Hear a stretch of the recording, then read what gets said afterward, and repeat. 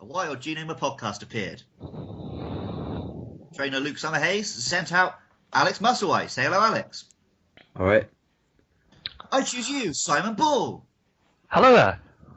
I don't choose Chris Pengilly, but as usual, I'm lumbered with him. Oh. Is it sad that I have the only name which is actually short enough to be a Pokemon's name? Also, it has Ball in it. It's true. It's all true. No word of a lie. It doesn't have Jones in it, though, as we discussed last time. Yeah. Yes. So here we are, the year 2016. 20 years of Pokemon. Yeah, surely. I can see the end. I can see endless vault approaches us all.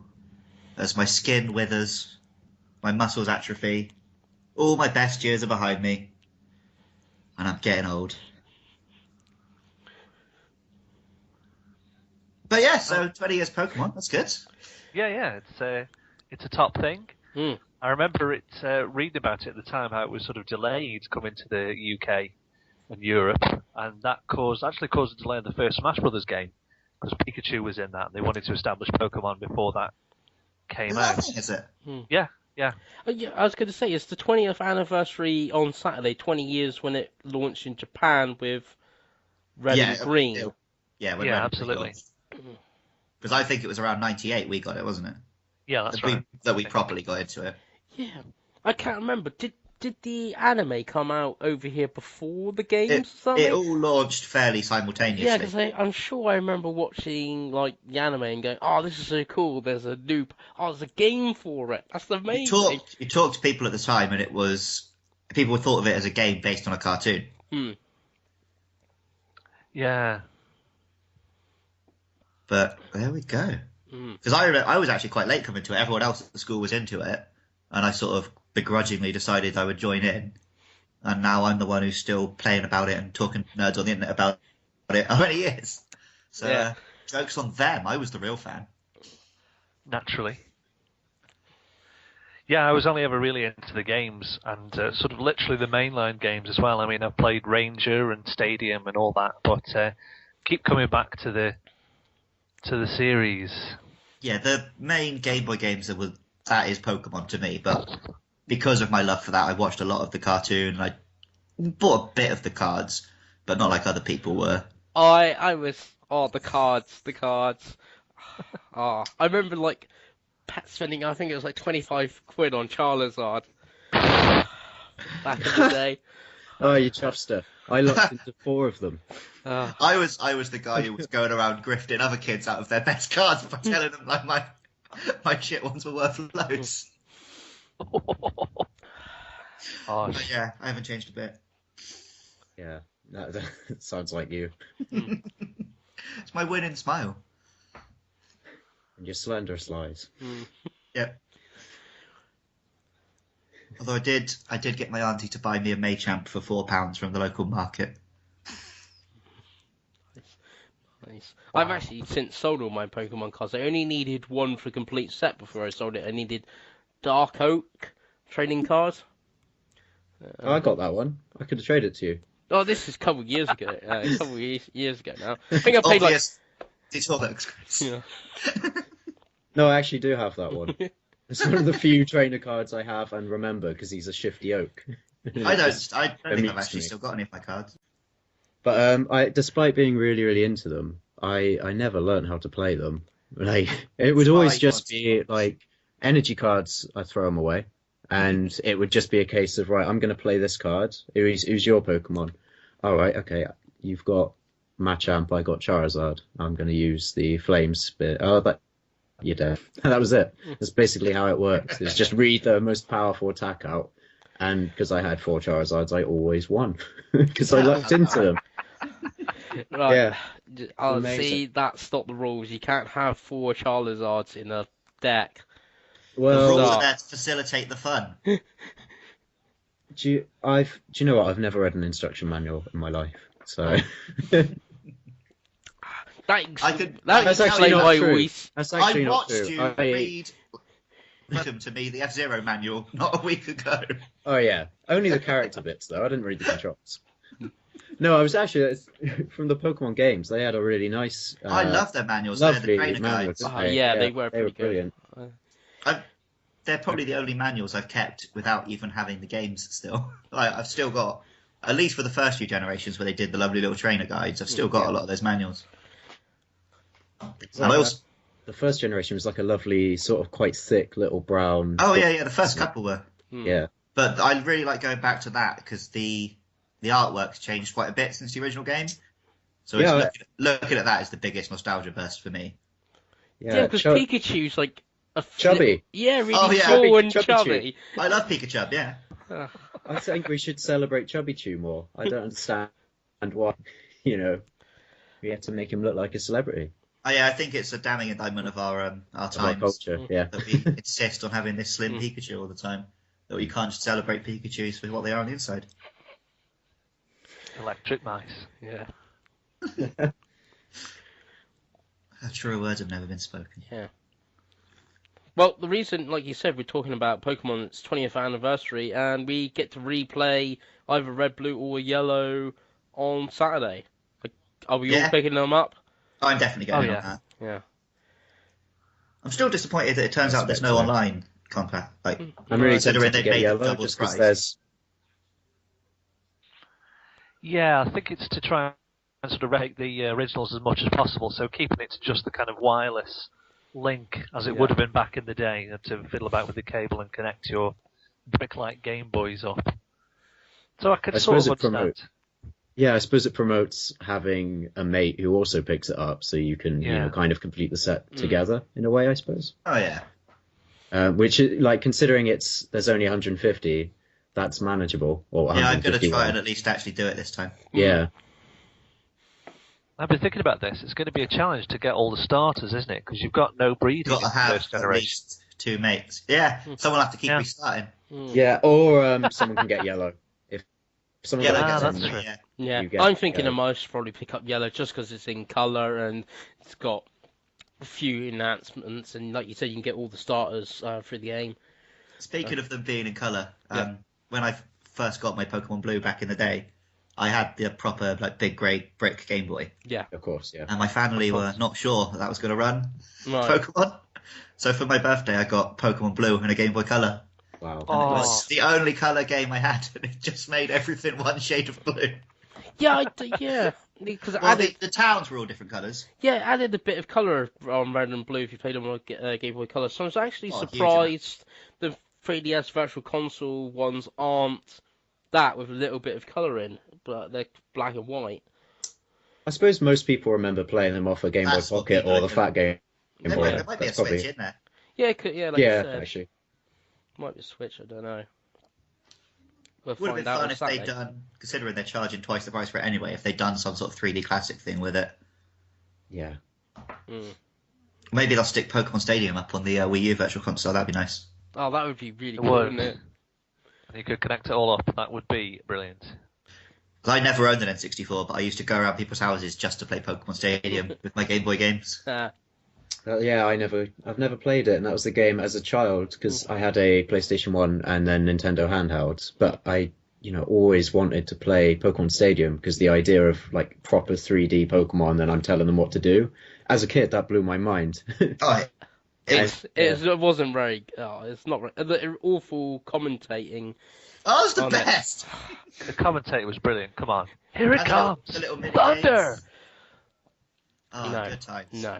There was some immense minigame. Yeah, see, it's probably quite a bad game, but as a kid, I'm sure I would have absolutely loved it. I'm completely incapable of being impartial about that game.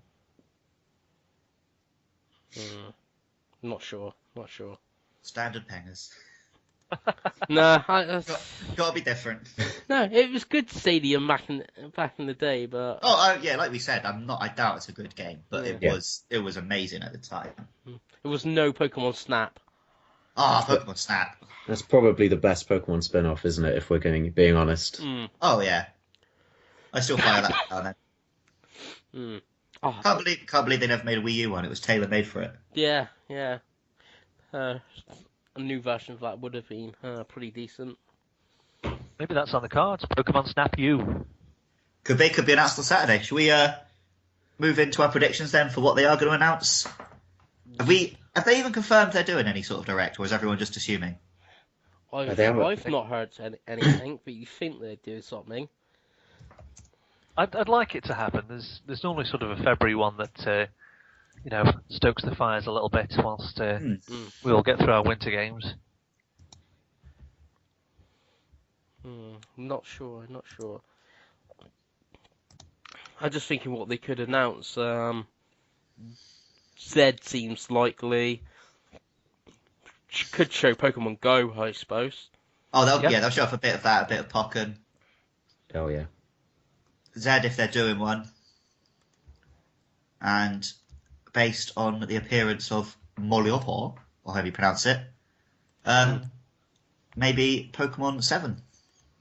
Yeah. It's a possibility. Oh, there's that Detective Pikachu as well, a bit of that. Yes, Oh, that's yeah. right. Oh yeah, that game. I'm really fond of the Danny DeVito YouTube video for that. It's so weird. That's I so love funny. it. Yeah. Even before anyone got their hands on it, just the actual game trailer is so weird. Big time. Yeah, it was rather strange. It reminds me a bit like they've evolved Hey You Pikachu a bit with the detective game. There is a bit of that in there. I guess a little bit of the Pokemon channel as well. Yeah. I don't even know what the game is. I just see pictures of this talking Pikachu and I'm like, right, yeah, sold. Yeah. I think it's supposed to be a bit like the investigation bits in Phoenix Wright and things like that. You just go around talking to people and trying to figure out what's going on. I don't know. It's all up in the air. Whether there'll be some little Layton style mini games or something in there as well. Yeah, that'd be quite nice. Brawling combat sections. Yeah. Shoot 'em up bits. Tacked on online multiplayer. Yeah. Interrogation scenes where Pikachu hooks his electricity up to someone's nipples. Oh, I was going for waterboarding. Yeah. Nothing gets Squirtle involved. Waterboarding. Yeah. We get to find his surfboard. Yeah. Were they given out for the movie, if I remember correctly, the surfing Pikachus or something? You had to unlock it in Pokemon Yellow. No, the card. I'm thinking of the card. Oh, there's a card of it. There Yeah. were loads given away with the cards given away with the films, yeah.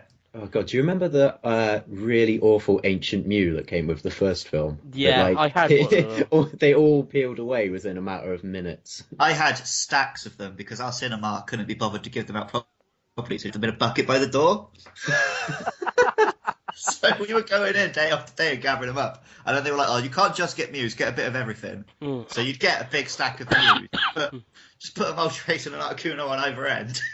And then was flogging them down the car boot, 50p each. Nice. That's the sort of entrepreneurial spirit that just made Britain great. And people were saying, oh, well, I paid £5 for that last week. That's a great deal. Oh boy. Terrible. Yes, indeed.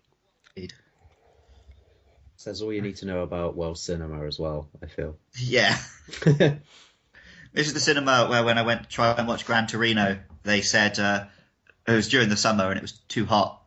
I said, no, not enough people are coming that we want to turn the air conditioning on, so we're not showing it.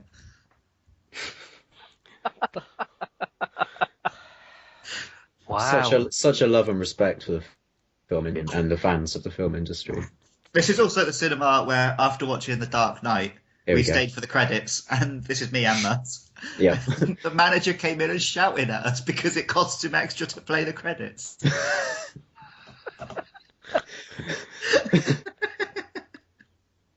Yeah. Nice. Yeah. Classy. They must hate it now that the Marvel films have made everyone stay for the credits. Oh, that is the overhead cost of that. I mean, it's barely worth selling any tickets for it, I'm sure. Those extra 5 minutes, it's a curse. Yeah, what do these tossers think they deserve people to stay in just because they made the film? Disgusting. Disgusting! They're, speaking of the films, though, and bringing it back to Pokemon, aren't they doing some sort of re-release with the first Pokemon film? Or something? They're doing a Blu-ray trilogy set of the first 3 films. I know that Okay. much. All right. Oh yeah, I do remember hearing mention of that. I'd love it if they brought it back to the pictures. I don't know if they do that. No, I don't think they will, but maybe I would enjoy it. Yeah. Could be a little nostalgia trip. I mean, they did the Back to the Future back into the cinema. Yeah, look, you do get a lot of 2010, cinemas I that think. do quite limited runs. Just Yeah. I went and saw the original Terminator recently. Right. Cool. It could happen, but yeah, I probably will pick up that Blu-ray actually. Mm. Especially if it's got all the deleted, super depressing bits about Mewtwo. You'd hope so. I haven't heard about those. Could you elaborate a little bit? Enlighten. Oh, do you not know what I'm on about? No, not really. Yeah, there's a bit from the start of the film. It might have been. It was originally exclusive to Japan, but they did eventually bring it out on the DVDs over here. Okay. Where you see the guy who made Mewtwo. That the reason he was studying cloning was to bring back his dead daughter. Okay. Yeah. And you get scenes of Mewtwo growing up in like a sort of a virtual world while he's in the tube. And there's other clones with him, like there's a Charizard, Squirtle, and Bulbasaur, and the little girl. And they all slowly die until Mewtwo is left on his own because he's the only clone that survives. Oh dear. And yes, absolutely grim. Yeah. Wow. That's why he's such a dick for the first 5 minutes of the film. Because he was literally brought up in a tube watching all his friends die. Yeah, you can. That's definitely. You can watch all this on YouTube. Yeah, no, I've just not really. I have rewatched the film like since seeing it in the cinema, but I hadn't watched that bit of the film. Yeah, it's pretty dark. I mean, I still think parents up and down the country when it came out would probably have slept through it, but it's definitely changed the tone of the film. Yeah, that you got to feel sorry for all the adults who just absolutely did not understand what they were watching.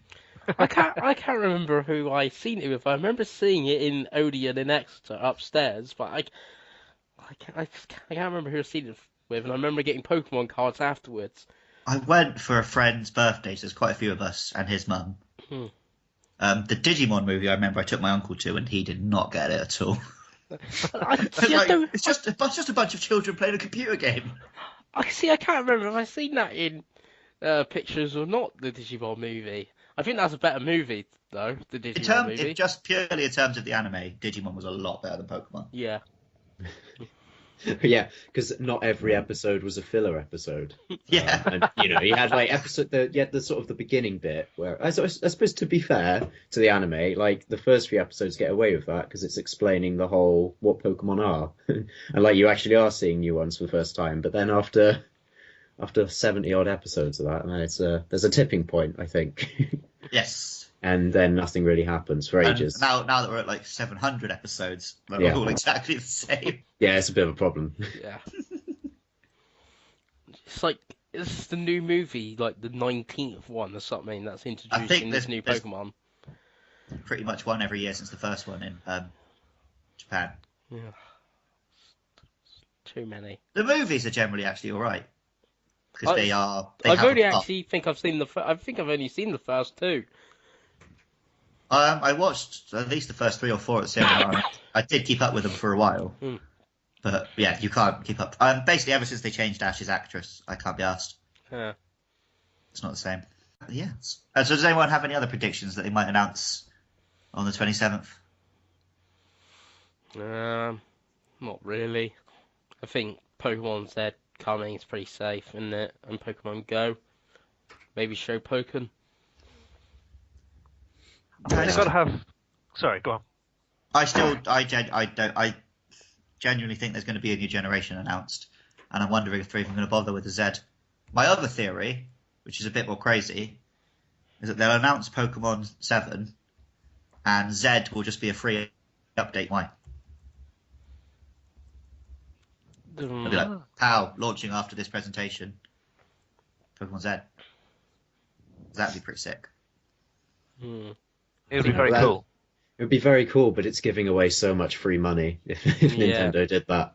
Yeah, Nintendo every now and then do something just insanely generous, though. I don't doubt, like, Nintendo, they have well earned their reputation as sort of the mad uncle of video games, but even that, I don't know. But they might just absolutely skip Pokemon Z. Because it's been a while since X the only thing isn't, like, the new anime with Ash in, like, the TV series, Pokemon XYZ, it's called Pokemon XYZ. Yeah, it's called XYZ. And isn't the movie called, like, Pokemon XYZ Volcano, whatever it is, and the new machine one? Mm-hmm. That's like the subtitles. So you got to think Zed's coming with all this marketing. The most likely thing is that we'll see Zed at some point this year, with a new generation coming at an undisclosed date next year. But it would seem odd if they announced them both at once. Yeah. Unless Zed's coming sooner than you think. Well, that's what I meant when I was saying maybe it'll be like straight after this. Yeah. The thing is, there is the slight chance that the new Pokemon they've shown will just be in Z. But all the other secret Pokemon were hidden, like in the code of X and Y. Yeah. But this one did that. Yeah, this one isn't. It would have to be proper DLC, which they've never done before. Got a point there. Which is what makes me think that. And I think if you look at the timing, it's about right based on when each new generation was announced. It was a fair old while ago. We got X and Y.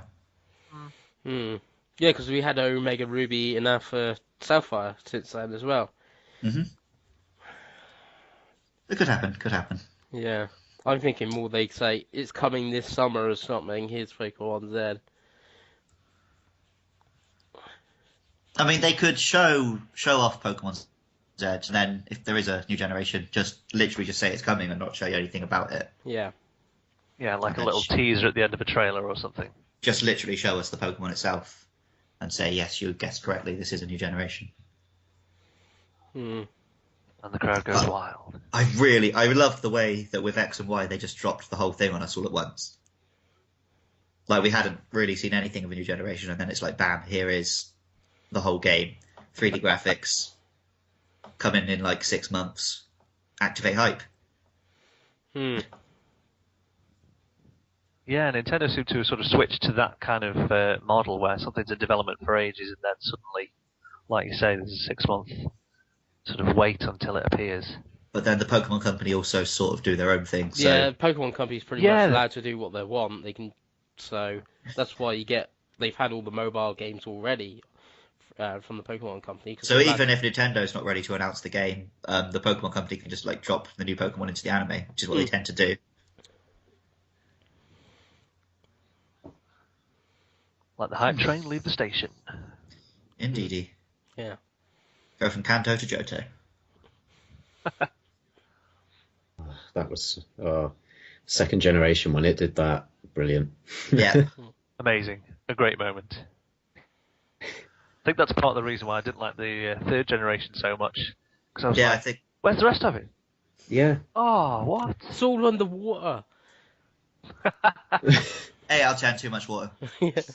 Yeah, I hate water levels.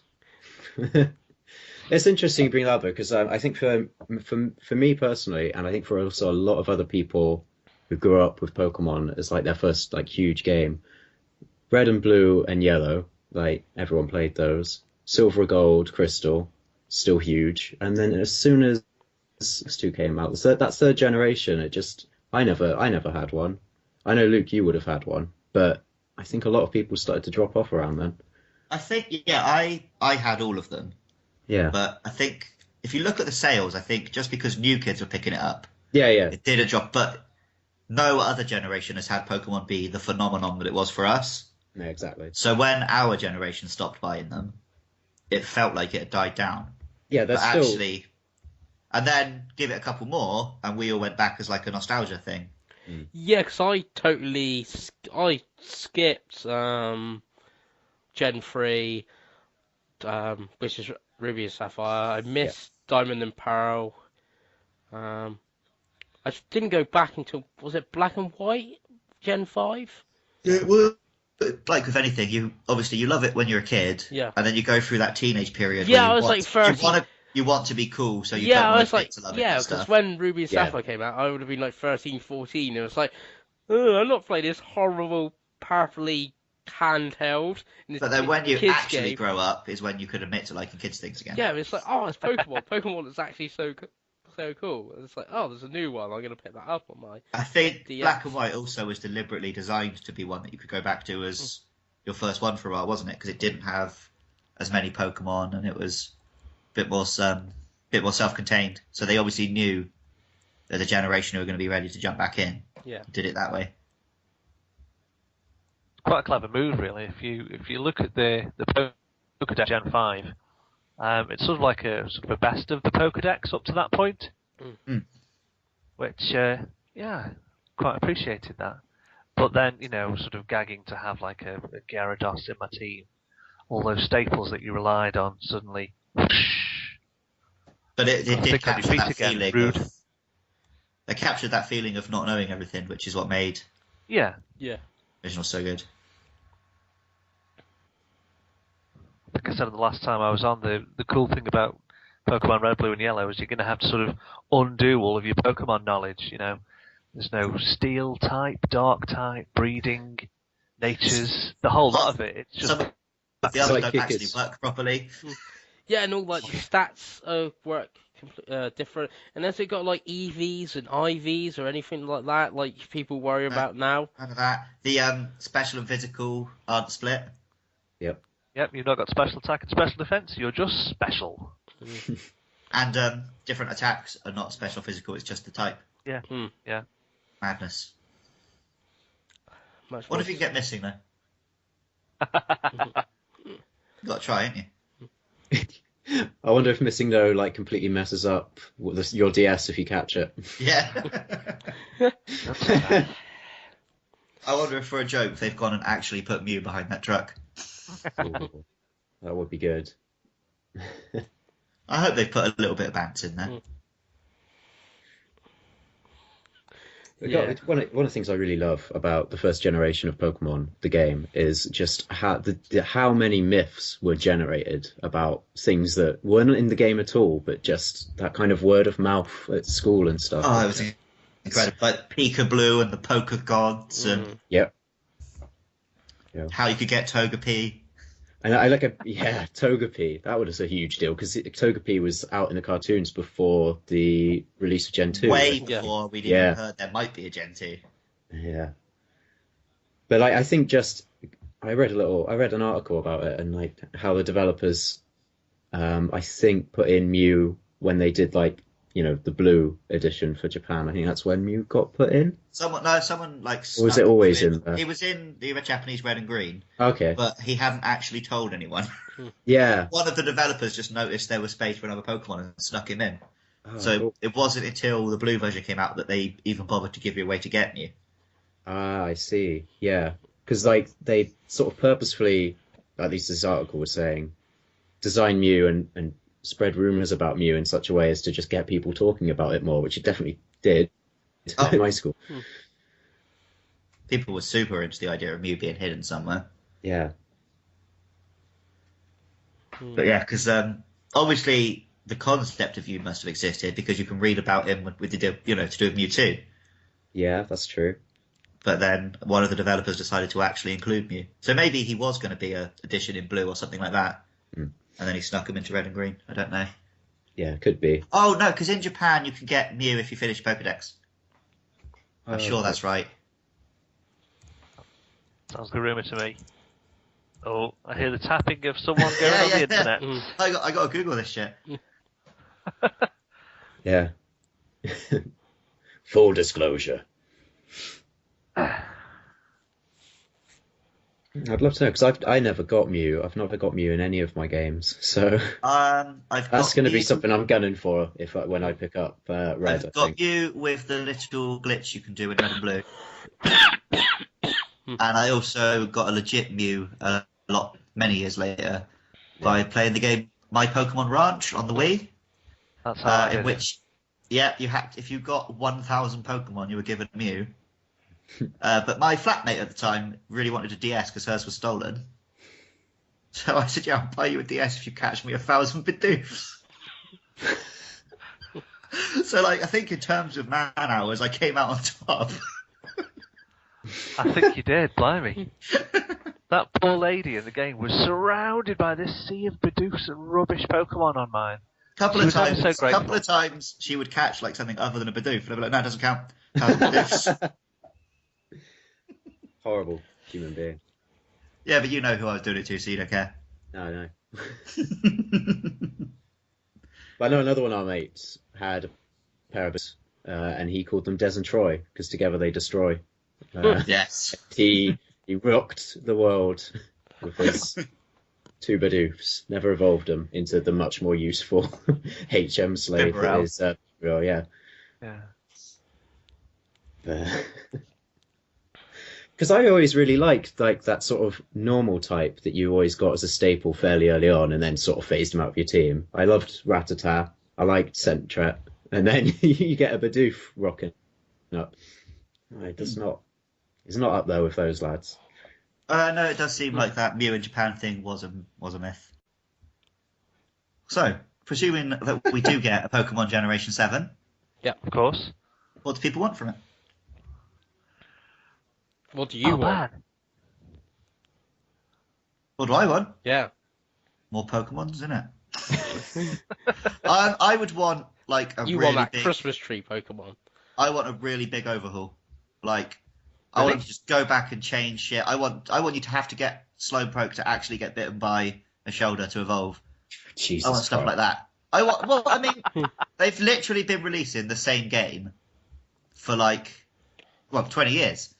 So I want them to really go back and change up loads of it, give it a whole new. I know it'll piss off a lot of people, but they could keep the feeling of Pokemon whilst making something that's it belongs in the 21st century. And I think they could do some really interesting stuff if they went that way. I mean, I know for a fact it won't happen. Yeah. But they could make another much more interesting Pokemon game. Yeah. I'd quite like two things. First of all, I'd like it to look a bit more like Pokemon XD, where you look like you're genuinely going up a hill, rather than just a sort of tiny little gradient every so often. Yeah, properly 3D world would be nice. Also, I want to be able to see the Pokemon in the world a bit more. You do get bits and bobs of that, but it tells you it's meant to be like this whole society is built on the relationship between humans and Pokemon. But other than in trainer battles, you never see them. No, I remember early doors watching a Machoke clearing out some scrub in, was it Cerulean City? Yeah. I think that's the one. Yeah. Yeah, but you're right, they're all just in people's pockets, aren't they? They're not really out in the world doing their thing. You've got to catch them, haven't you, really? I'd also like more kind of pre-evolutions and post-evolutions. Got to catch them all, you might say. Well, yeah. Yeah, I'd want to see less Mega Evolutions and more proper evolutions. Yeah. One of the things I liked about Gen 2 was, seeing things like Cleffer and Smoochum and all that. The idea of seeing the Pokemon we already knew get a new evolution was really cool when I first saw that idea come up. Yeah. So I'm right keen on some of that. As you say, the Mega Evolution thing, I think that's sort of just a backdoor way of doing it. Yeah, but I like it when it's for, say, a Charizard, because they can't add a new evolution without really changing their own rules. But when it's a Pokemon that could easily have just had an actual evolution, the Mega Evolution just feels a bit less exciting. Or Dino and Sableye and the like. Yeah, I would have loved to see a proper Sableye evolution. I'd want one that looks like the Greys. Isn't there one of those already? Is it LGM? LGM? Yeah, from Gen 5. Looks like a little alien thing. Oh, a little bit, yeah, but not You in mean the way. proper? Yeah, well, because obviously Sableye is based on an alien encounter. Yeah. But then I would have liked to see him, go all stretchy and take me to your leadery.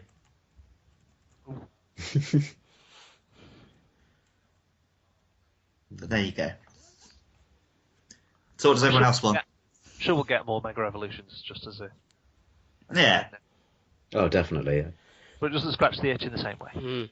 But to go back to what you said just now, a little while back, it would be really cool if you could go back to all the other locations. Yes. Like Pokemon Rainbow. Yes, there was a rumor going around about that was what they were going to announce was a Pokemon Rainbow. But I'm pretty sure I've heard that rumor like after every generation.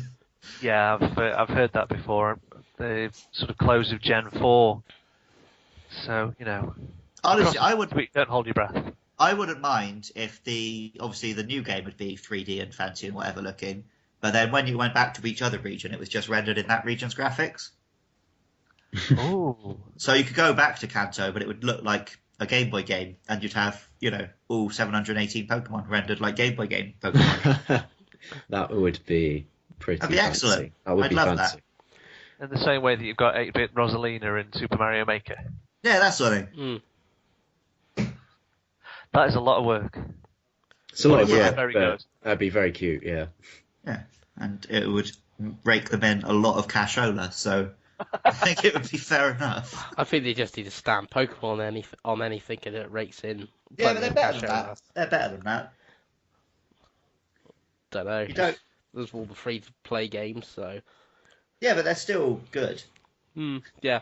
I don't think I've ever played any Nintendo-made Pokemon product and not got some enjoyment out of it, and not seen some quality. Even when it's a really weird idea like Pokemon Channel, what is there is still really well done. Yeah. This is something that I've always really wanted in the games since picking up, was it Diamond and Pearl was the one I got after eventually dropping the series. That's when I came into it again. Mm-hmm. I really want to see the good old starters released into the wild in certain areas of games. Yes. That would make sense as well. Especially in today's day and age where you can do a lot of trading online now. There's no need to have lots of different versions. I'd just love to see a greater sort of mix of Pokemon that or you could only ever get one copy of that Pokemon in the old games. Let's have a couple of those in the wild knocking about somewhere. Starters from older generations should be in the wild, which makes sense because presumably they are Pokemon that someone caught and gave to you. Yeah, they're not just weird curiosities in Professor Oak's lab. I want my Dragon type Eevee. Oh, no, Would that be called Dragon? That is correct. That's actually, I'd love to see a few more Eevee types. I'd love to see a ghost Eevee. All the Eevee type, all the other types done as an Eevee form, but the Dragon type is the one I want the more than anything. I want the ghost type Eevee. The item you get to unlock it is just gun. Oh, dark. Well, we killed Gary's Raticate, so. And Mr. Pokemon was kidnapped and his Pokemon were killed. And Marowak's mother died. Yeah. And Mew died in childbirth. And there's that. Which one is it that has a face and it's made when people die? Yamask. That's it. He carries the little mask that was its human face when it was alive. Yeah. Shedinja as well. Yeah. I love Shedinja back in the day. I imagine you could be really powerful with that if you're careful enough. I'll tell you who they should get in to make Pokemon Generation 7. Kojima. Just imagine the weird ways you come up with for evolving Pokemon and stuff. I mean, he's obviously He's a fan of the series. Yeah. He based Peace Walker on Pokemon. So it could happen. It could happen. You just know Stranger things have happened. He's just going to ask Del Toro for a few sketches or something as well. Oh, that would be Pokemon good, walking around though. with eyes in their hands. Oh yeah, they'd be brilliant, but I mean, he doesn't just do creepy. He did Pacific Rim, and that had cool monsters. If they come out at E3, and what Kojima and Del Toro are now was Pokemon, And Norman Reedus is the new Pokemon trainer. Blood and Ashes. I think we'd go crazy for a month. Oh yeah. If you had I've forgotten his name and I love him to bits. David Hayter doing the announcements in the battle. Charizard, I choose you. That would be a commentator worth listening to. Yeah. Certainly would. Oh, someone get Kojima on the horn now. I'll got him on speed dial. I'll tweet Shuhei to tell Kojima. Damn, whatever he's doing. I'll tweet Masuda to tweet Shuhei to tweet Kojima. Yeah, that's how these things are done. That's how it's done. Well, whenever I fantasize about like some sort of crossover a game I want to see happen, I think, what if I just emailed one party pretending to be the other, and emailed the other one pretending to be them, and just set up a meeting and don't turn up, and just hope they sort it out. If I could just like pinch a bit of like Kojima Productions letterhead paper and just type something out and send it off to Nintendo. That's going to be hard because apparently no one even knows where Kojima's Productions offices are. Well, I'll just wait till he next tweets about a restaurant and follow him home. Well, he should have like kept up to his Twitter when he was doing his world tour and seen when he was in London. And was like, well, I'll next week I'll bring out a really delicious artisanal sausage, and they'll have no choice but to come and try it, and we'll get on it. I was going to say they'd be in a cardboard box. Sound like a Metal Gear joke. Oh my god. Well done. Well done. Thank you. I'm here all day. You kept us waiting. That'll be refunded or exchanged. Yeah, Jay's talking about Metal Gear. Jay's going to put up soundtrack for Metal Gear Solid 4 at some point. I'm sure we'll get round to it. Well, classic Pengili nag. Well, when he listens to this, he'll go, "Oh yeah, I got to do that." Maybe he'll find all them post-it notes you'd be leaving on his fridge as well. Passive-aggressive post-it notes. Passive version and Pokemon aggressive version.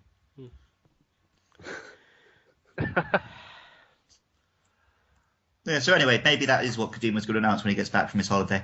Maybe. I got a question. This is probably more for Chris and Luke, I suppose. But how, because Pokemon, we were talking about, you just rattled off a load of like examples of how dark Pokemon actually is, Luke. To what extent did that stuff just completely go over your head when you played the original games? No, not at all. Those are my favourite bits. Really? I loved exploring Cinnabar Island and finding the diaries and stuff. And the reason I loved Mewtwo as a kid is because he was, compared to most of the villains in like kids stuff. Yeah. He'd had a lot of work. He had a character, and you cared about him, and he made sense why he was doing what he was doing. So rather than going over my head, I think that's what made me love Pokemon so much, is because it didn't talk down to me. And it was clearly aimed at my age group, because Ash was an 11-year-old boy, and he put on his baseball cap and he went out adventuring. Oh, definitely. But what he found out there was, interesting and dark and told real stories with real emotion to them. So rather than going in my head, I would say that's what made me the Pokemon fan I am. Is that it showed that you can be like adult and fun and colourful and childish all at the same time. Very classic kind of way. It did go over my head. I was like, oh, just catch the cool Pokemon, all battle them and stuff, and take the Game Boy to school and link them up with your link cables and battle each other and trade your Pokemon, and that's what it's about to me. And like I said, I was really into the trading card game, like so that was like playing that in school and stuff. Yeah. How about you, Mas? Yeah, see, I think I'm somewhere between yourself and Chris on that one. Like the Lavender Town stuff, I remember being really freaked out music and by the ghost, but not really having a concept of why I was kind of that freaked out. Yeah, I couldn't leave Lavender Town with the sound on at night. Yeah, yeah, that was some scary music. It's a brilliant, brilliant. It's one of the best like video game tracks of all time for me. I Like in agree. terms of how it conveys just everything about Lavender Town. It's brilliant. But the Mewtwo stuff I was definitely into to a similar extent as yourself, Luke. So I just sort of wondered. I suppose it's obviously going to be down to the development of each child at that point. But it's interesting just thinking about how different that that story from which has come from Japan and with all these dark elements is to anything that you'd find on a normal on a more on like a European TV show or something. Not Well, that they don't have dark elements, but I would say it since seems Pokemon brought Japanese cartoons over here to such a big extent, hmm, we've seen our cartoons catch up because the big things kids watch now is Adventure Time. And yeah, Adventure Time's got very dark and very deep storytelling, which is hidden under the surface of something bright and colourful. And I think the fact that our generation was so into Pokemon and Digimon and Dragon Ball and all this Japanese stuff hmm, is what gave like the Western companies the bravery to do that and to realise that you can give kids something with a bit more depth and a bit more content than what we were getting. yeah. I think you're right because I can't think of any non-Japanese, not originally non-Japanese show that was sort of aired during our time as of that age. Yeah, I mean, But it's, I loved my Looney Tunes and things like that. yeah, I mean, the Batman animated series and stuff did get it did move into darker stuff sometimes, yeah. but maybe the fact that that was coming off the back of the comic book because then they knew there was an adult audience as well. And Mm. obviously that does have a lot of anime influences on it as well. So maybe, True. Yeah. but I know, yeah, it's just if it's just you- something I was thinking about. especially if you go back to the 80s and you've got Transformers and He-Man and stuff. Like they made cartoons because they thought kids were stupid and we can just give them whatever. And it wasn't until this Japanese wave brought with it the possibility of giving us something a bit more depth. And that's because all the things I really loved were Japanese. It was Pokemon, Digimon, Power Rangers. And nothing that was made over here really grabbed me to the same extent. Yeah. Simon, how old were you when you got into Pokemon? Because I know you're a little bit older than us. Yeah, I think I was 18 when it came out over here, 18, 19. Still, sadly, massively addicted. I remember playing most of it through the Super Game Boy on the Oh, yeah. because it was my brothers, my younger brothers, so quite often he was on it, trying to complete Dr. Franken 2 and all the things that he had. So I'd just fire my Pokemon Red onto the SNES instead. So, obviously, we were like the target audience. They were laser targeting at us when Pokemon came out. But what was it that drew to it? I think there's a lot of build-up about it in the magazines at the time. Like I said, the things surrounding the delay of Smash Bros. Made me sort of think, hello, there's something going on here. So I think I took it on as a Nintendo game more than something derived from a cartoon or a set of trading cards or whatever. And I mean, I used to think of it as my first RPG, like Fisher-Price introduction to RPGs, but actually it's probably got more depth than quite a few fairly serious RPGs out there. It's just the kids get sucked in through the colourful graphics and all the monsters and that. Yeah, I suppose because when Pokemon came out was just before when I started probably getting into reading the gaming magazines. So I guess I'd never really sort of seen how people who were already a bit more grown up and into games were seeing it when it came out. Because I knew Pokemon as the phenomenon, and it was after that was when I got into games. Yeah. So it's quite interesting to hear your point of view. Thank you. I think the Wii U should have a Pokemon Stadium type game because they've always sort of carried on putting something like that on the home console. And who knows, it might shift 10 more units. The interesting thing at this point is that the handheld games are now 3D. Yeah. So if they were going to do a stadium type thing now, the graphics would have to be ridiculous. It would have to be photoreal, I think, before it'd be worth having. Couldn't they just make it in Pokemon Tournaments engine? Yeah, that's some nice fur and stuff. But I think even that they'd have to push it further. Yeah, I mean you've got the HD now, so presumably that can they could do something with that. I suppose if they were going to announce something like that, that would have happened by now. Yeah, I think it's a little bit late by Well, now. I think it would be weird having it come after Pokken as well. To me, it would feel weird doing that on a console instead of like sort of playing the way that you're presumably going to be playing in Pokken. I don't know. That might just be a me thing, but it would be nice to have an option in Pokken to move your Pokemon from the Pokemon game if you've got one of the ones that are in the game. oh yeah, they could have a sick mini game in there, or like that's a sort of a full-fledged mode, if you will, like based on that, I suppose. I was actually Googling when you were talking about Maths Teacher and that. Pokemon was 99 here, so I would have been 9 when it came out, and it was shown in the UK, the anime, in 99 as well, and it's pretty much the same time. Okay. But I remember going to get Pokemon like the day it came out in Electronics Boutique.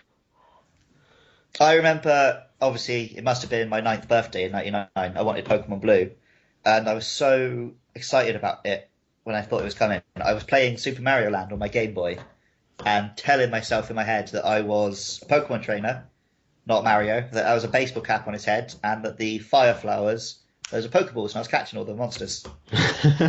Oh. And I've actually, in my Super Mario Land instructions manual, I've scribbled out the names of the monsters and decided they're all Pokemon. Wow.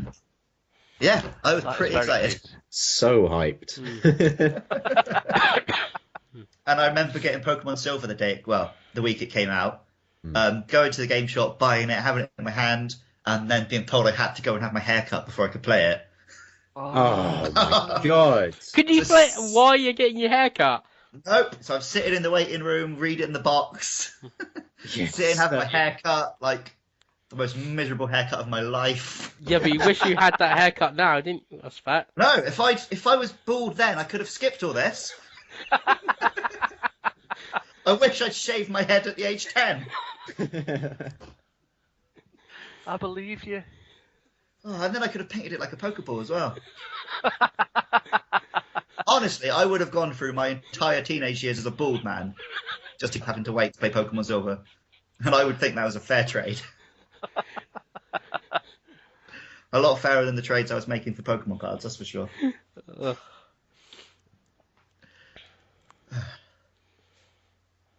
To be fair, Silver is my favourite one.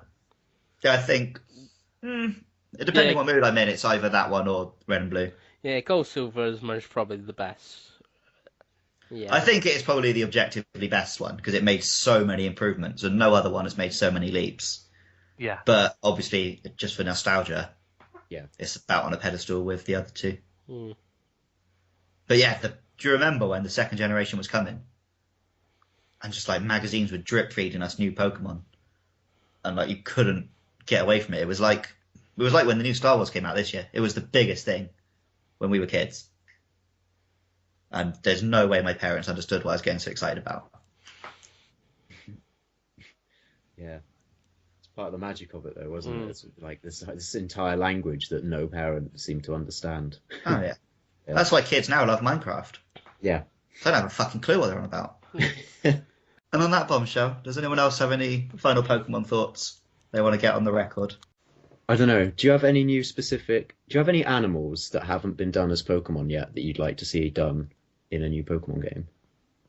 I remember being really, really keen that there should be a decent polar bear one, and then like the very next day I saw that there was a polar bear one coming in black and white, and I felt like I'd willed it into being just through my love of bears. Because I tell you what I'd like to see. I'd like to see a ghost water type that is a goblin shark sort of thing. That'd be very cute. Yeah. I think there's room for a really good shark one. I don't think we've had it yet. Yeah, we've got like that shark one. Yeah. And then we've got the hammerheady shark dragon in Garchomp. But like, I feel like there's a really good shark to be made. Yeah, but I am a big fan of ghost types. I think almost every ghost type is like really well designed, so I'd love to see more of them as well. I don't know. That's a me thing, I suppose. But... Always up for more dinosaurs as well. Oh yeah, but the dinosaurs always feel quite special because you only get a couple of fossils each time, don't you? So yeah.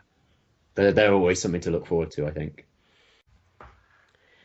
Okay, for the record, I've got 2 games I'd like to talk about from what I've been playing. I've been playing a Match 3 game on the iPhone called Swapperoo, and it is brilliant. I am 2 levels away from finishing it, at which point I'll put up a review on the old Nintendo. Bloody hell. I know, right?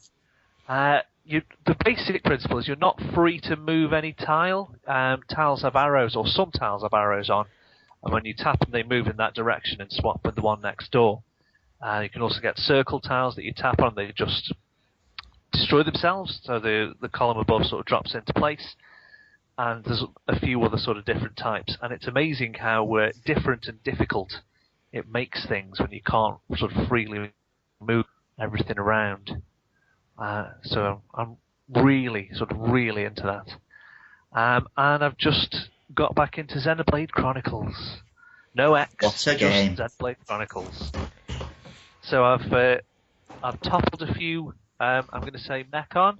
I was saying Nikon in my head, but that's Dan Dare, isn't it? Yes. Another old person reference there. No, that's right. I love a bit of Dan Dare. Good. So I'm finding the battle system a little bit complex at the moment. Don't seem to be in direct control of very much indeed. But I'm sure it'll click eventually, because I've done about 4 hours, so that's 76 to go. And if I haven't grasped it by hour 79, I think we're pretty stuffed. That's a game that I'm meaning to play as well. I just don't have a DS that can run it yet, so I need to get a new 3DS. You could download it on the Wii U for about £10. Oh, really? Okay. Yeah, that's true. Yeah. They brought the Wii version on the Wii U for quite a reasonable price. Ah, that is good. No, didn't it go back on that just like the first week and it back up to like 19.99, which is still cheaper than. Still a hell of a lot cheaper than buying a disc. Yeah. Oh my god, yeah, that's about 70 quid, isn't it, or something? It's gone down. You can get it for about 30 now. I think since the other options became available, it's gone down a bit. Yeah, the value of it. That does make sense. But yeah, I remember before the new one came out, like looking at that game, because it's always been one I've been interested in playing, and then just always balking at the price. If you're only going to play one, so far I would suggest the first one. Really? Yes, I'm very much enjoying Xenoblade Chronicles X, but I'm not enjoying it in the same way I enjoyed the first one. The first one, I was absolutely wrapped up in that story, and I could not put it down, and I was really excited to finish it, and the characters will grab me and so on. The new one has got some nice character stuff, but I'm playing it to explore the world. And it's a very interesting, very beautiful, very alien world that it is exciting to explore. But I'm not doing it because I care about the adventure. I'm just doing it because I like exploring. Okay. Which is why I found it quite easy to get distracted by other games when they turn up. Mm. So at the moment I'm playing F-Zero for Mus, and I might fancy a go on a shooter, or just pick my 3DS up instead. Whereas Xenoblade Chronicles, the Wii one, I was locking myself in my room and staying up till like 2 a.m. every night because I just loved it to bits. Wow. So yeah, if you're only going to play one, I'd recommend that one. Okay, I am definitely going to play it at some point because I've heard so many good things. It is a shame it's only on the new 3DS, because playing it on the go would have obviously been really nice. Yeah, no, I might. It's such a huge game. I might pick up a new 3DS at some point, so that might be how I play it. They are sexy little machines. Mm. Speaking of mechs, XCOM Enemy Within had mechs, but XCOM 2 doesn't. Yeah, I am not saying any more about that game, but I have been. No, I will.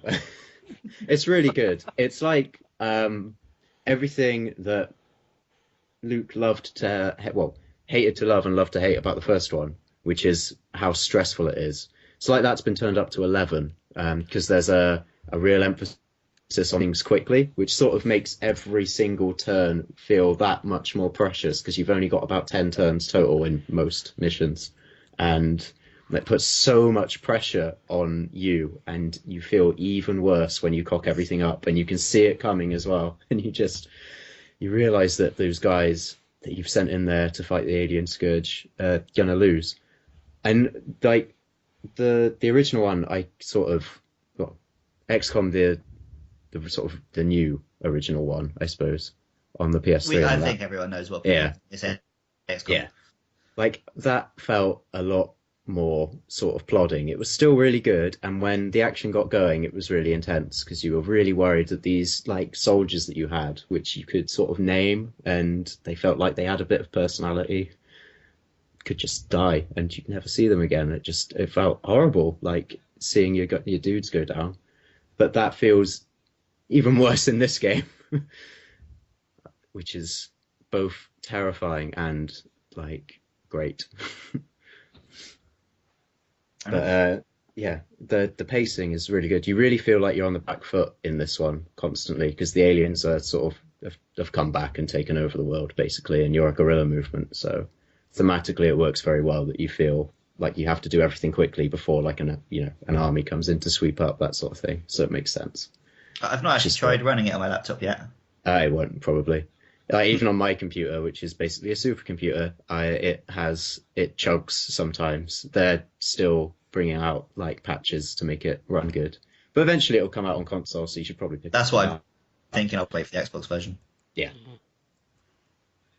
The other game that I've been playing a lot is also one that Chris has been playing a lot, which is Street Fighter 5. How did our last match go, Chris? You suddenly I played you once and it was like, Muss isn't that great. And then I played Andy and Andy was like, beat me a few times. I beat him a few times. He was really good with Ryu. I'm decent at Cammy. And then I played you again. You were like, I've been practicing. I thought, this will be fairly easy.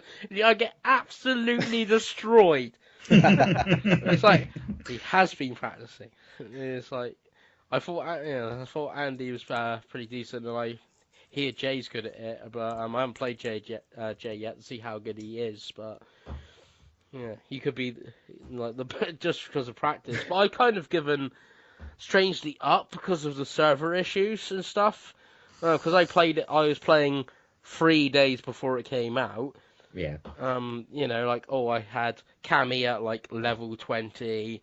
My rank was like a level 161. I played, 20 games online. Okay, only winning like 6, but okay, it's only going to like trophy in my XP and stuff. But it's now like, because of the server issues, go back on. It's like, I'm now level 0. Cammy's now level 1. Yeah. I've got no online ranking. I have no fight money.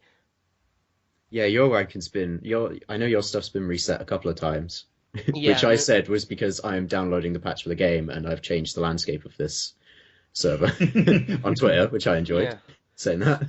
So, but like my level was ridiculously inflated. I'm like level 124. I'm like, what? Yeah, it's supposed to be There like seems to be well, some when I weird stuff first going. put it in, it was like I did like 5 or 6 of the story missions, like the trophy pot for doing like the first 5. I was like level 10. And then the next day I go back and it's reset and it's like I'm gonna finish the story missions off and stuff.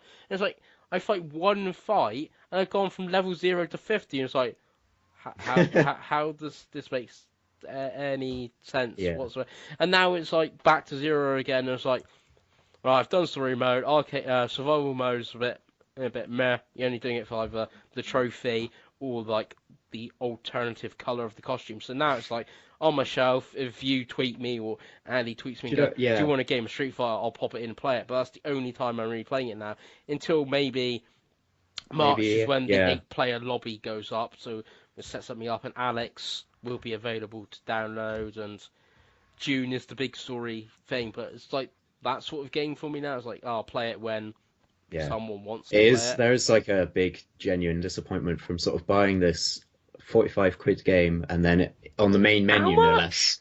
45 quid, that's how much I paid for it. Jesus. I don't know how much you paid. I just got it from Insanes. I just thought, right, I've been to the gym, I've got to pick up a fighting game now. So I went to the local and picked it up. But yeah, that's how much I spent on it. And then seeing like, coming soon, this mode, coming soon, this mode. Yeah, it all goes live on March. Yeah. So it feels like it's in early access a little bit. It was released especially early for a time for Evo, I think. Exactly. Yeah, that's the word on the street. But this, a lot of games are doing this at the moment. But the problem is, I suppose, with Splatoon. Yeah. But the difference was what came in the box with Splatoon was a game that was worth paying money for, and then they added more. It also didn't have like massive server problems on day 1 and 2. It worked. And the other thing with Splatoon is pretty much from week one, they were dropping in free new items, like pretty much right from the get-go. I feel the big problem with having a fighting game do the same sort Well, you still have to buy business the model items as well. Yeah, you still have to Well, you either buy the you season. can get the freemium, like you can earn currency in game. Yeah, because but don't Capcom know how reckon you much. will earn enough in like the first month to be able to buy Alex. So Yeah, Alex is technically. But they say that. But if the servers keep playing up again and you've earned all that money and then you suddenly lose it like me, you'll be like, I'm not buying Alex. I don't really care about Alex. The only one I want of the DLC one is Ibuki at some point. but like the other big worry, just because it's a fighting game genre, so really, like if they were drip feeding us new stages, like they do in Splatoon with guns, that wouldn't do anything for me. I need new characters drip fed to me like constantly, and I think that's the big problem is that's just not going to be the case. No. Having said that, the servers till seem September. Okay. Having said that, the servers June seem is to be the story mode, but yeah, it's 1 month. yeah. That's weird, isn't it? That's a long wait until we get that. But the servers seem to be doing all right now, and the actual game is really good. Yeah, the actual fighting game is like I'm not a big Street Fighter fan, and the actual fighting in this is really good. I would recommend the game, but it's just have you got other people to play it with? That's the question. Because if you've not got online, so let's say someone like Kappa who's online, has got online issues. Street Fighter 5 is like the most pointless game for him to pick up because you have nothing to do. Unless he's got mates to come around and play it with as well. Yeah. Then it would be good. Because it doesn't even have to do just a standard fight against a computer character. You have to go into training mode and then toggle some of the options to set it so that it rounds and the dummy can take damage and also hurt you. There's no just standard you can fight anyone like mode, which really threw me off at first because I thought all we had was survival, and survival's a bit gimmicky and weird. So that was a thing. But yeah, the fundamental game is brilliant, and I've really enjoyed trying to learn how the blocking and stuff works in Street Fighter relative to Tekken, which is the only fighting game I've ever really played before. It's really weird having to move backwards instead of just stand still. It threw me off a lot at first. There's another in a long line of games that have had pretty weird releases. Yeah. Yeah. I think a lot of people got annoyed at the lack of content in the Star Wars Battlefront game when that came out. Yeah. Yep, and Rainbow Six Siege. Yeah. But like I picked up Battlefront a little while ago and I've really enjoyed it, but I know they've added Jakku and possibly other things, and I really like it at the moment. Well, I got 10 hours for $3.99, so I was quite satisfied with what you got a really good deal. Yeah, it's a strange one. All these like online games, everyone that comes out is like, oh, it's not enough content, or they're charging too much. Like Evolve, when that came out, was it last year, like early January, or was it the year before? It's like, it's not got enough monsters, it's not got enough map, or Star Wars, or Rainbow, or Destiny, or now Street Fighter. The other problem is that they're launching them like this, and you're sort of saying, yeah, but don't worry, you'll get the content. But then when the content does come along, they're charging for it. Yeah. Yeah, like you said, Splatoon is like, oh, the content's going to be free. So, okay, great. Yeah, like there's I said, much there's so much information that it feels like there's misinformation or disinformation about what things you actually will be entitled to with a season pass, that sort of thing, what you won't get, and you know that, like, I don't know, it's weird. Games are getting weird with how they're doing things like that. It's like which is why I've got so much respect for Splatoon, and the way that Nintendo handled that has been like top marks. Yeah, but then like take Street Fighter again, like Capcom said they're not going to do Turbo, Hyper, Super, whatever. They're going to treat this like a service, and up till September is like season 1, a bit like Killer Instincts, and the first season pass will take you to September. And then as soon as it hits October, it'll be like, here's another 6 characters, and here's the new season. Yeah. It's right, like as in a disc retail, this will be the only one, but I don't think there's been any word on how much characters are going to cost or anything, unless I'm wrong. And that's quite worrying at the moment. It's a little bit. I think the season pass, just season pass 20 or 30 quid. I'm not sure. I have no idea. So you're gonna be thinking you're saving some money over the sort of 6 characters. But I'm thinking if Capcom's saying it's a service, it's like why don't they? Dead or Alive has tried this with 5 hours. Put the game out for free or something. And then buy the characters with you want. Ryu and do like a Netflix subscription. You pay £5 a month, and every month you get a new character or something. Yeah. Yeah, if that's how they can like these online games, but then saying that people now moan about MMOs that they shouldn't have a subscription, they should be free. So it's eventually someone will figure out a way of doing this, but at the minute they're sort of trying all these different tactics, and it's just meaning you're just paying more and more and more for less and less content. And partially that's just because games are so expensive to make these days. Yeah, because I seen a tweet and I retweeted it. Street Fighter 2 when it came out only had 2 modes on the SNES. It was £65. Yes, it was. So and we all paid it too. So games are actually cheaper now. We got more content in Street Fighter 5. Okay, you know I didn't mean that. Yeah, I know, but yeah. Yeah, you mean the games are more expensive to produce. However, each individual sale is generating less income. Yeah, for the that's what really. And also, I mean, just in terms should... of in the last couple of years. Yes, yeah. you do. So what's in being theory, released games should have gone up in prices. Like, should the game really be £80 now? Yeah, but a disc, the way they can produce I think the actual cartridge is what was costing a lot back in the day. Yeah. If a game contained more data, it literally actually contained better chips. Yeah. Whereas now you just whack it on a Blu-ray. Well, yeah, but okay. Well, then they've been the same price since the PS1. But then the other thing with that, though, Mass, is that, well, maybe their profits are going down. I can't say that the average man's, income's gone up enough to... No, most people's bills have gone up about twice the rate their income has.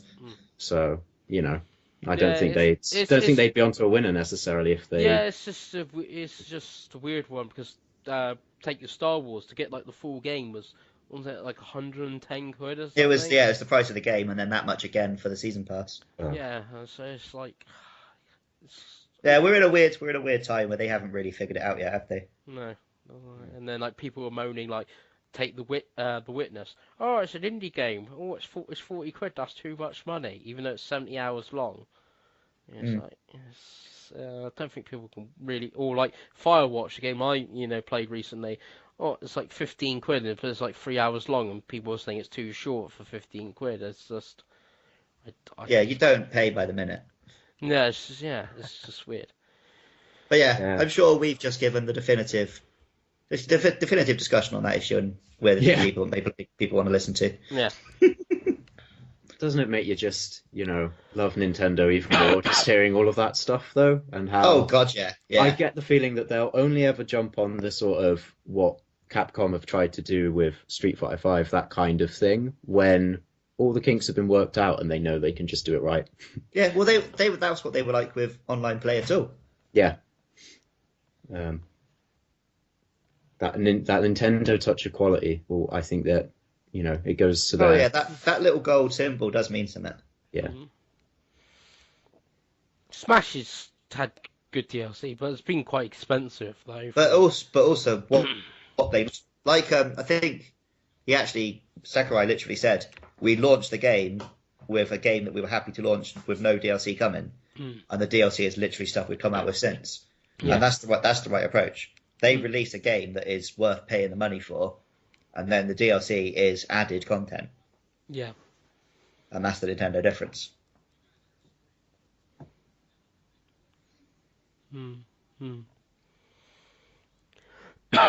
So what have you been playing, Luke?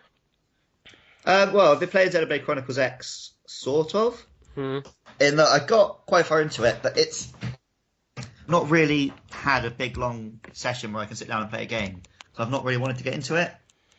So I've just been playing, I'm playing F-Zero GX because someone challenged me to beat that. Yes, I did. Great Sega game. Been playing, obviously, Mario Kart and Splatoon in multiplayer sessions. I finally started playing Zelda Triforce Heroes the other day. Oh, sweet. I had some friends round to play it with, but I hadn't updated my game to the version they had, so I played it in download play. So I've not got a save file. But I've now sorted it properly, and I'm going to take it online and catch myself up with them. And then I've got 2 friends to properly play it with, so that'll be good. Nice. It's a good game, that. Yep. Quite underrated, I thought. I've re-downloaded Monster Hunter, so I can get into that. Is that Monster Hunter 4? Yeah, because my original cartridge was killed by gravy. I've still really only scratched the surface of that game, so if you ever want to show me the ropes a bit and get going through it, then because give me a shout. Drew at work has just started playing it, is why I thought, I should get back on it. Yeah. So if you wanted to get on now, would be a good time. And actually play it together. Yeah, it's in my 3DS right now, and I'm. You've got 4. Oh yeah, you've got 4, haven't you? Yeah, I actually have it. Yeah, definitely. Yeah. Come round and we'll give it a sesh. All right, cool. Yeah, It's like if you just play the single player, you'll go through a little while. You're like, this is all blatantly tutorial stuff. So get that out of the way, and by then you'll have a moderate sort of weapon and armor. And then we will sit down and play it properly. I mean, I'm far from an expert, but I've been online with Jas and that a bit. And it's a game you've got to play with people. You've got to have a squad. But no, to be honest, what I've been playing? Animal Crossing. I always have to switch it on and have a little go every day, and then I just end up playing it for so long and don't anything else. I mean, I would play more Xenoblade Chronicles X, but the social justice warriors have ruined it. So. Oh, you did play. You played. What was it? Did you manage 5 in the end? Oh yeah, I did. On that challenge you set yourself. The other weekend, I sat down and played through the entirety of 5 video games in one day. And I think you liked all of them. Yeah, they were quality. Yeah. Yeah, played through Dr. Langskov, the Tiger, and the Terribly Cursed Emerald, which is free on. Yeah, I've downloaded that. That's free on Steam. You've got to give it a go. I've not played it yet. I don't want to say more about it because it is a game you can spoil. Yeah. Okay. I played Brothers: Tale of Two Sons.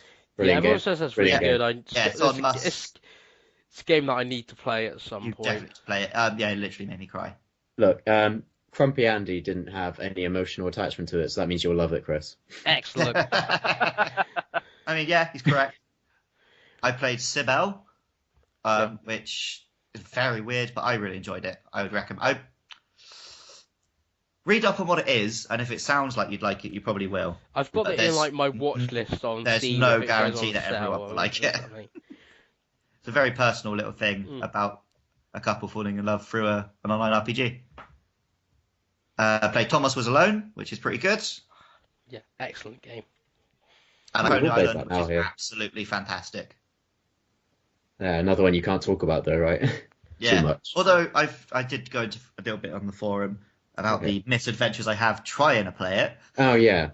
It has to be played with a mouse, and my laptop with the fucking touchpad and the weird little buttons at the bottom was didn't really do the trick. So I hooked up a Wii remote as a mouse.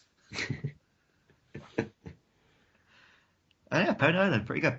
So yeah, I mean, I say I've not really played anything, but because like everyone else, I was getting to the point where I'd never had time to play any video games. I just set a day aside and played through 5 of them. That's nice. Did you get into Punch-Out as well? Yeah, I played a fair bit of that. I was going to say I played a bit of Punch-Out for the retro revisit. Yeah, I didn't get really anywhere near finishing it, but I played enough to get the measure of it, and it is a fun little game. Very, very racist. That is so true. Oh dear. Yeah. Well, I'll see for myself at some point because I do want to play it. Yeah, it's worth a little stab, or a punch, or a jab. Yeah, there's no stabbing in boxing, mate. you could sneak a razor under the glove. Little Mac, sneaky guy. Yeah, well, he's a little guy. How do you think he wins? Tactics, mate. It was like low blows with his punches. Yeah, loads of that. Well, there's one character you beat by making his pants fall down, so... That is true. Oh. That poor bloke. So, yeah, I know, he's a bald man as well, so I sort of want to take his side. Oh, for God. Is this going to turn into a new Luke Summays thing? I can't hurt bears, I've always got to side with the bald man in video games. No, you know as well as I do. Not everyone earns the right to be bald. There's plenty of Sir Janos Slints out there. That's true. Bald is a responsibility, not a privilege. So that just leaves me. Like I said, played some Street Fighter, fighting on those streets. Like I said, pretty good. A bit of Lego Dimensions. It's decent. Some of the levels aren't that great. I think it's because I don't know what they are, like Ninjago and stuff. It's like, what is this? I have no idea what this is. And then you go to Doctor Who and like, it's so cool. It's a Dalek made of Lego. That's brilliant. And then you go back to some other random thing. It's like, oh, that's because it's boring. got the actual Lego properties in there as well as the licensed ones, hasn't it? Yeah, so you go from like really cool to like, because the Metropolis levels, like, I don't know how they made that so boring. Like, it's like the most boring level in like the game so far. Like, I've got the Portal level coming up. Apparently it's really decent level. So, yeah, Superman hasn't got a great track record with games. No. It's just like a plain city and like nothing happens in the Metropolis level. It's like, Gotham's cooler. Yeah, Gotham is cooler. So a bit of Lego Dimensions, bit of Gravity Rush. It's still awkward to control, even with a DualShock, compared to the Vita. I really like the art style of it. Really nice. Not that far into it. I'm only like episode 6. It's done like episodes, and then you have like a comic book strip after each episode. It explains the story. I've just done, because it's got the DLC on it as well. So I've just done the Maid DLC in that. I picked up Digimon. I've only done the first chapter. It's got digital monsters in it. I've got a Terriermon. Cool. If I go back to it, I can get an Argumon like pretty quickly. So that's pretty cool. Tell you what, I would love a Digimon game that actually captured the Digimon anime. You know, the sense of a proper adventure, fighting villains, and the way they digivolve and stuff. Yeah, well, like I said, I'm not far into it, but everyone that I know that's played it or play it absolutely loved the game. So I need to go back to it. It's a long JRPG. Like, when have I got time to play a long JRPG? Play Free Force Home, really good. I put a review up on Nintendo because that game is that good. And Firewatch as well. Very, very good. The ending is not disappointing. If anyone tells you that is not, basically, that game is like, if they're telling you that ending is disappointing, their name is Andy. Pretty much. I thought you were going to do what my brother always does then. The ending. I'm not going to tell you the ending, but basically, right at the end. No, I think some people are saying the ending is disappointing as missing the point of the game. So, obviously, different people interpret different things differently, but that's my view on it. If you think that ending is disappointing and that you're like, no, that's not the point of the game. The point is completely something completely different. Plus the opening, all the feels of the opening. If that opening doesn't make you cry, then your name's Andy. So this has been the GNamer podcast. I hope you've enjoyed it, unless you're Andy. Pretty much. We've talked let's be honest, he wouldn't have enjoyed it anyway.